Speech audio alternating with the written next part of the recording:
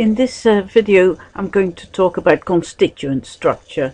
That's how, the structure we get when we put words together in a sentence.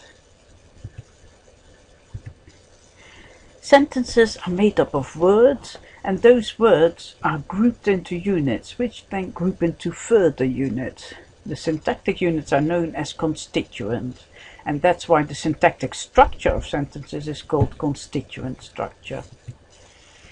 Now there are two types of constituents.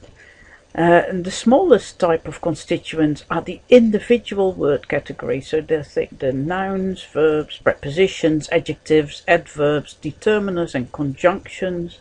They are the basic building blocks of a sentence, and that's why they're called constituents of that sentence. Now they can group together into larger constituents, and they're called phrases. And we find 5 types of phrase.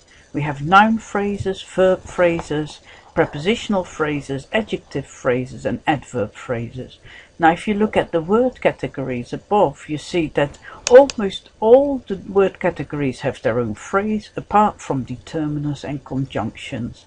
And we'll find that they don't have their own, determiner phrase, at least not in the grammar that we are looking at. What then is the largest constituent? Well, when you think about a sentence consisting of all these different constituents which group into larger constituents, then the largest constituent is of course the whole sentence. So that's really a constituent just like any other constituent. You can think about phrases, so the larger constituents, the phrasal constituents, you can think about them in terms of what they mean. Because phrases can be identified both by their syntactic unity, so how they behave grammatically speaking, but also by their meaning unity. Semantic, that's called semantic unity. Because semantically they map, or you can say they encode a conceptual category or an entity. So for example a thing or a place or an event.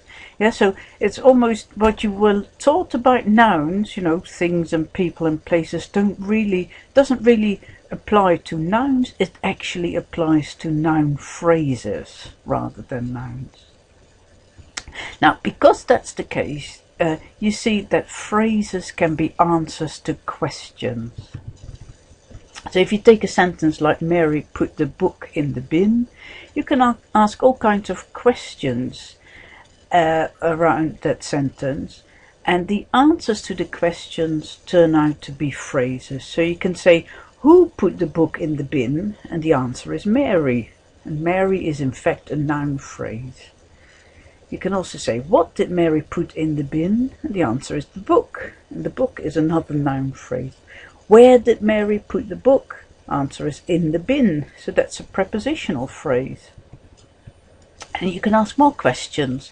What did Mary put the book in? And the answer is the bin. It's another noun phrase. What did Mary do? The answer is put the book in the bin. And that's a verb phrase. And you can ask a very general question. What happened? And the answer is Mary put the book in the bin.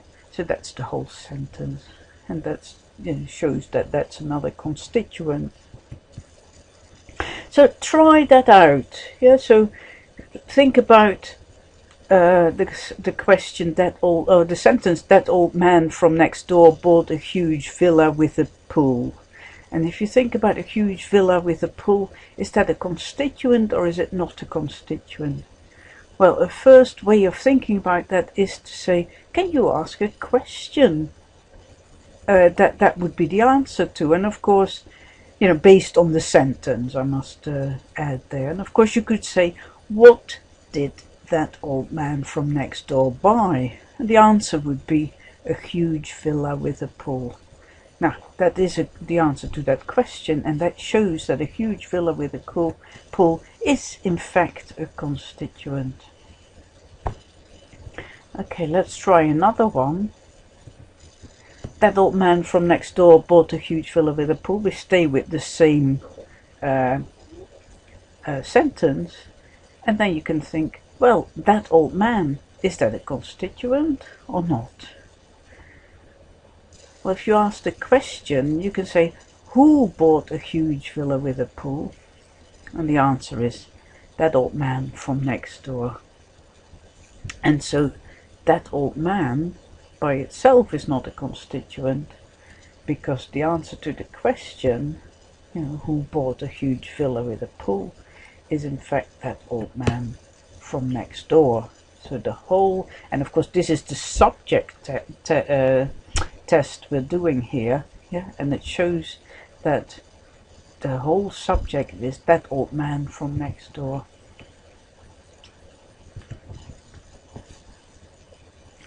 Let's try one more. We can say that old man from next door bought a huge villa with a pool.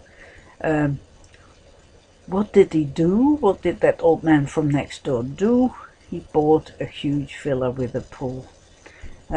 So we can see that that is in fact again a constituent. Now, doing these questions is a slightly tricky test, other than the subject test. In a further video we'll find better tests for finding the constituents. But you can see with this that what the constituents do is they pick out actual concepts, they pick out entities, things, activities, etc.